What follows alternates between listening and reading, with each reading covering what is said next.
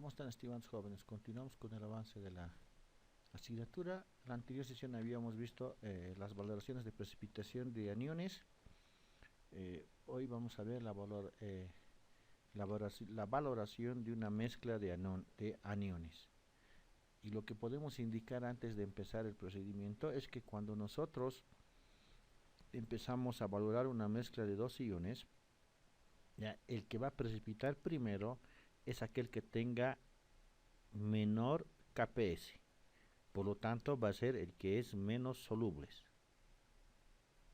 Ahora, una característica que hay que tomar en cuenta es que si estos productos de solubilidad son lo suficientemente diferentes, la precipitación del primer componente puede ser prácticamente completa antes de que precipite el segundo componente. Entonces, veamos el ejemplo. Tenemos una solución que es 0.05 molar en yoduro y 0.08 molar en cloruro, y se ha de valorar con nitrato de plata 0.1 molar. Comentarles que en la valoración de mezcla de aniones tenemos que seguir los mismos procedimientos que hemos visto en la valoración de un solo anión. Es decir, primero identificar cuáles son los KPS. ¿Por qué? Porque tenemos que decidir quién ha de precipitar primero. Y segundo, analizar las reacciones de precipitación. Como pueden evidenciar, primero va a precipitar el yoduro. Precipita primero el yoduro y nada del cloruro está precipitando. ¿Hasta cuándo? Hasta el punto equivalente del yoduro. Eso vamos a analizar. Entonces, lo primero que hicimos en la valoración de un anión es determinar el volumen equivalente. Aquí, como tenemos dos aniones, tengo que determinar el volumen equivalente para cada uno de ellos. Es decir, yo tengo 50 mililitros, 0,05 molar en yoduro. ¿Listo? Para eso necesito 25. Después digo, oye, 50 mililitros, que es 0,08 molar de cloruro, y para ello necesito 40 mililitros. La suma de los dos es el volumen total que yo voy a necesitar, es decir, yo voy a necesitar 65 mililitros de nitrato de plata. Ahora, uno podría decir, bueno, entonces como hacíamos el P de un anión, ¿puedo hacer por P de cloruro y después P yoduro? No, lo mejor es hacer respecto a uno solamente toda la curva. Entonces lo vamos a hacer siempre respecto al P de la plata. ¿Ya? P de la plata. Entonces habíamos indicado, lo primero es establecer quién va a precipitar primero. Solamente el yoduro por diferencia de Kps. Después precipita el cloruro. Entonces precipita primero el yoduro. Y los cálculos ya los tenemos hechos, ¿no ve? Cuando hemos hecho el ejemplo de cloruros. No lo voy a hacer esa parte, yo dejo a ustedes esa parte para que puedan practicar. En el punto equivalente va a estar determinado por cuando hemos añadido 25 mililitros de nitrato de plata. ¿Ya? Pero cuando yo tengo el punto equivalente es el punto donde el cloruro debería empezar a precipitar. Eso es lógico, ¿no ve? Ya no tengo nada de yoduro y el cloruro debería empezar a precipitar en ese punto. Entonces, ¿qué estoy indicando? Que la cantidad de plata va a ser la misma, ¿sí o no? La misma va a ser para que se acabe totalmente el yoduro, supuestamente, y para que empiece a precipitar el cloruro. Va a ser la misma cantidad de plata. Por eso lo estoy simplificando. Y aquí tengo la relación de los KPS, que es dato. Entonces, yo tengo mi relación de KPS. Si se emplaza una ecuación y pongo en función a calcular la concentración del yoduro, yo puedo decir que la concentración de yoduro es 4,56 por 10 a la menos 7 por la concentración de los cloruros. Ahora, ¿qué significa esto? Que si yo conozco la concentración de los cloruros, puedo determinar el P de la plata. Que si yo conozco la concentración de los yoduros, puedo determinar el P de la plata. La concentración de la plata, por lo tanto, su P. Pero, además, esto me va a servir ¿para qué? Para evaluar la concentración del cloruro, del ion cloruro, en el punto donde los equivalentes del yoduro son iguales a los equivalentes añadidos de plata. ¿Qué tenemos que asumir? que hasta el punto equivalente el cloruro no ha reaccionado. O sea, la cantidad inicial que yo tenía de cloruro es la misma. La cantidad no ha cambiado, pero la concentración sí. O sea, los moles no han cambiado, pero la concentración sí. ¿Por qué? Porque ha aumentado 25 mililitros. Ya, entonces, por favor, acá, miren, yo puedo estar expresando acá 50 más 25 es 75 mililitros. Esto puede estar 50 mililitros y este 0,08 que era molar, yo puedo expresar como milimoles sobre mililitro. ¿Ya? Las unidades no van a cambiar. Me está dando el valor en molar. Ojos, recalco, no ha cambiado la cantidad, pero sí ha cambiado el volumen, por lo tanto la concentración ha disminuido. Ya tengo la concentración del cloruro en el punto equivalente del yoduro. Puedo determinar cuánto de yoduro tengo. Ahora, si yo tengo solamente en función del KPS del yoduro, yo reemplazo este valor y ya determino la concentración de la plata. Como ya tengo la concentración del cloruro, si yo quiero determinar la concentración de la plata, solamente utilizo el KPS del cloruro de plata y hallo. En ambos casos nos tiene que dar el mismo valor numérico, o sea, el mismo P tenemos que hallar. Pero el cálculo que estamos realizando me permite hacer algunos análisis. ¿Ya? Entonces, miren, yo tengo 2,43 por 10 a la menos 8 molar de yoduro. Yo puedo determinar la cantidad que no ha precipitado, multiplicando por su volumen. ¿Ya? Tengo la cantidad que no ha precipitado, es decir, que está en solución, ¿no ve? Puedo determinar la cantidad de yoduro inicial que tenía.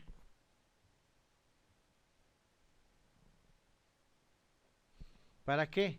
Para determinar la cantidad de yoduro que no ha precipitado.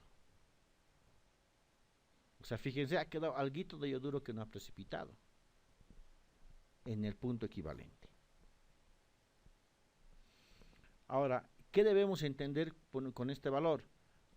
O sea que no se va a formar nada de precipitado de cloruro si es que el yoduro no ha llegado a 7,3 por 10 a la menos 5.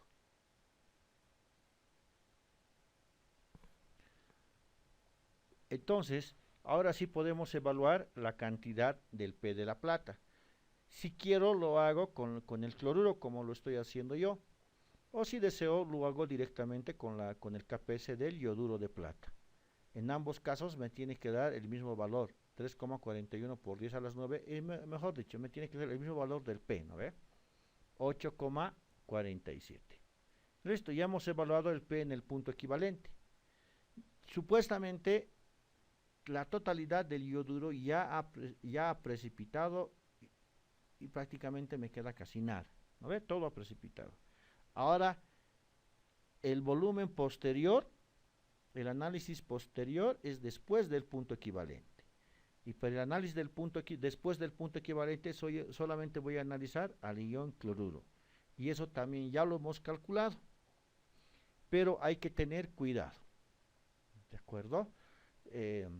Habíamos dicho que la cantidad de cloruros va a ser, oye, moles iniciales menos moles añadidos, pero uno piensa y dice, pero estoy después del punto equivalente. Los moles añadidos van a ser mayores, en este caso no. ¿Por qué? Porque estos moles iniciales van a tomar en cuenta al yoduro y los moles del cloruro. Por eso, y solamente nosotros estamos neutralizando solamente al yoduro. Todavía nos falta al cloruro, por lo tanto, esto todavía va a seguir siendo mayor que los moles añadidos. ¿Cuándo voy a cambiar de posición? Después del punto equivalente del cloruro. ¿Y eso en qué momento es? Cuando pase los 65 mililitros. Es decir, cuando yo ya tenga 70 mililitros añadidos, los moles añadidos tienen que estar en este sector inicial, menos los moles iniciales. Los moles iniciales van a ser moles del yoduro más moles del cloruro sobre el volumen total. Dicho eso, entonces, si yo estoy añadiendo 30 mililitros, de estos 30 ustedes pueden darse cuenta 25 voy a utilizar para el yoduro y solamente 5 para el cloruro. ¿Ya? Entonces tengo la cantidad de cloruros. Con la ecuación del KPS puedo hallar la cantidad de plata y con eso puedo hallar el P. Como pueden ver ustedes, la curva nos tiene que dar como si estuviésemos valorando una base. No tiene que estar disminuyendo. ¿No ve? Donde yo tengo el punto equivalente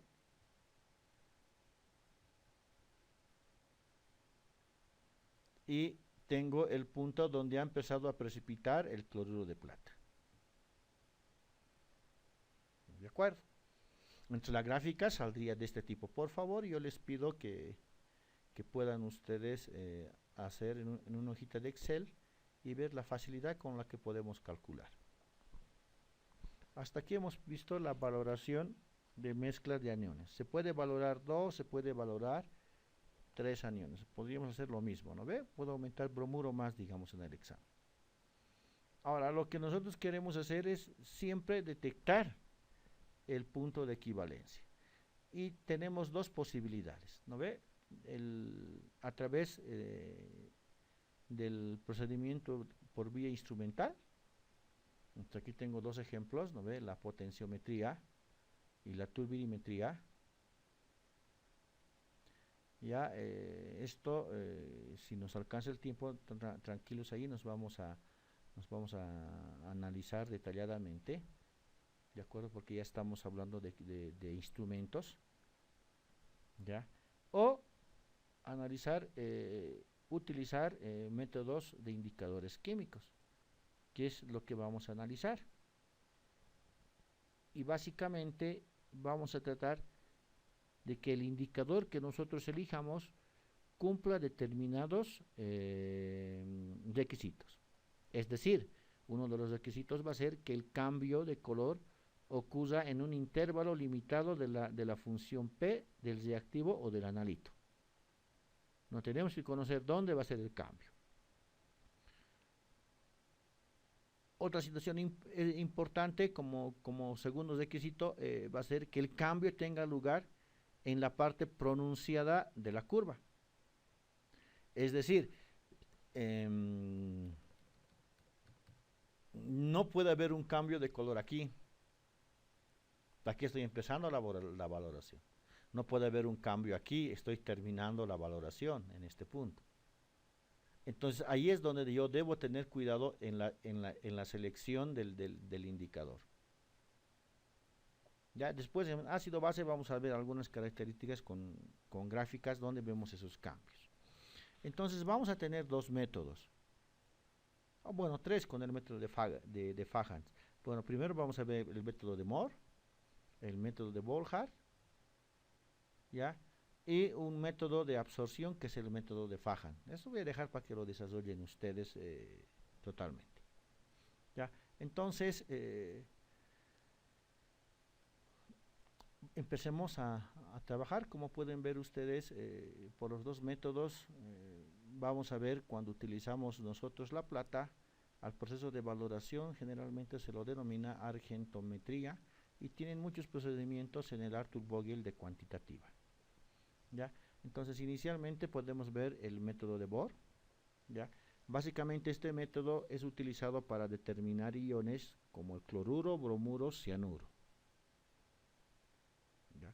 Este método utiliza como indicador, como les muestro en la diapositiva, cromato, pero su uso es muy limitado debido a las propiedades cancerígenas que tiene el cromo 6. ¿De acuerdo? Entonces les estoy mostrando los cambios de color. ¿De acuerdo? Cuando el cloro reacciona con la plata me forma cloruro de plata y cuando la plata con el cromato de plata. Estoy identificando los colores rojo y blanco. ¿No ve? Entonces el punto equivalente, más allá de los KPS, ¿no ve? El punto equivalente va a estar determinado por, ya saben ustedes, por la primera formación del precipitado que aparezca. Y esa coloración entre blanco y rojo tiene que ser un precipitado rojo anaranjado de cromato de plata. ¿ya? Ahora, este color rojo anaranjado, ¿en qué momento se presenta? Cuando la precipitación del cloruro de plata es completa, ¿ya? Ahora, el indicador, el cromato de potasio, ¿de acuerdo? Tiene una característica interesante, ¿de acuerdo? Es muy intenso. Ya nosotros no podemos trabajar con esta concentración que esté evaluada en función del KPS, con esta reacción. Con esta reacción nosotros determinamos que la concentración de cromato es 6.7 por 10 a la menos 3, pero no podemos trabajar con esa concentración. ¿Por qué? Porque la coloración es muy intensa. Entonces, como condición, se usa una concentración menor a 6.7 por 10 a la menos 3.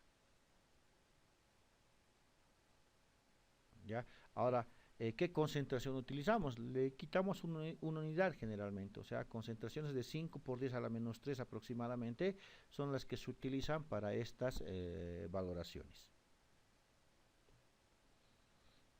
Eh, Otra de las características de este método que se presentan en la diapositiva es que las valoraciones se deben llevar en un rango de pH de 7 a 10. ¿Ya? Entre algunas características que nosotros podemos indicar es que, por ejemplo, la valoración de bromo por este método es satisfactoria, pero no se puede aplicar la valoración de Mohr al yoduro, tampoco del tiocianato. Ahora, adicionalmente, debido a la coloración, se tiene errores sistemáticos positivos en este método. Ya estos errores sistemáticos se vuelven importantes ya cuando nosotros tenemos concentraciones de reactivos menores a 0,1. Lográndose corregir, a ver, déjenme acordarme, lográndose corregir mediante la realización de una valoración en blanco. ¿Ya? Esta valoración en blanco tiene una característica, debe tener una suspensión de carbonato de calcio sin cloruros. Ahora, ese es el método de Mohr. También tenemos el método de Volhard. ¿Ya? El método de Volhard es un método indirecto que nos permite evaluar cloruros.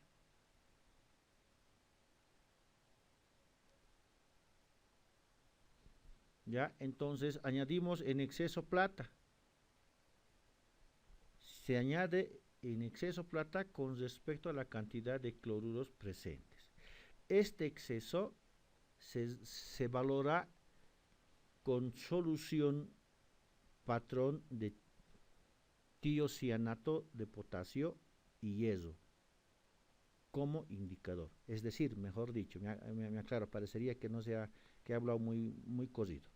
La solución patrón es de tiocianato y se utiliza hierro 3 como indicador en la forma de alumbre de hierro.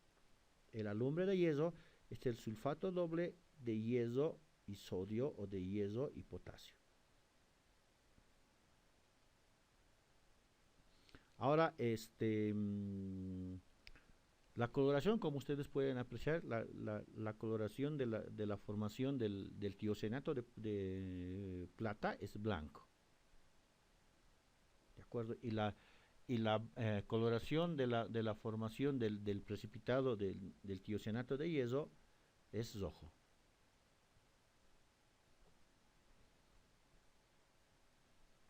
Habíamos visto que el método de Mohr prácticamente era en condiciones arriba de pH 7, o sea, condiciones básicas. En cambio, las condiciones para el método de Volhard son condiciones ácidas. ¿Qué finalidad? ¿Por qué? Porque debemos evitar la precipitación del hierro como óxido hidratado. ¿Ya? Ahora, entonces, ahí debemos tener cuidado en nuestra solución. Ahora, el problema que nosotros tenemos muchas veces es apreciar el cambio de color. eso es importante para nosotros, ¿de acuerdo? Ahora, un estudio promedio de observadores nos dice que el cambio de color rojo de la formación del tiocianato se puede apreciar cuando la concentración de este es 6.4 por 10 a la menos 6 molar, obteniéndose errores bajos en la valoración. Entonces esas son las condiciones que nosotros debemos tomar en cuenta. Adicionalmente les decía, tenemos el método de absorción de Fajans. Ya es un indicador de absorción. Los más utilizados son los indicadores aniónicos. Ya, y desearía que un poquito ustedes lean sobre la valoración por el método de Fajans y me puedan comentar lo que han podido conseguir. Hasta aquí es el avance de hoy. Se cuidan, hasta luego.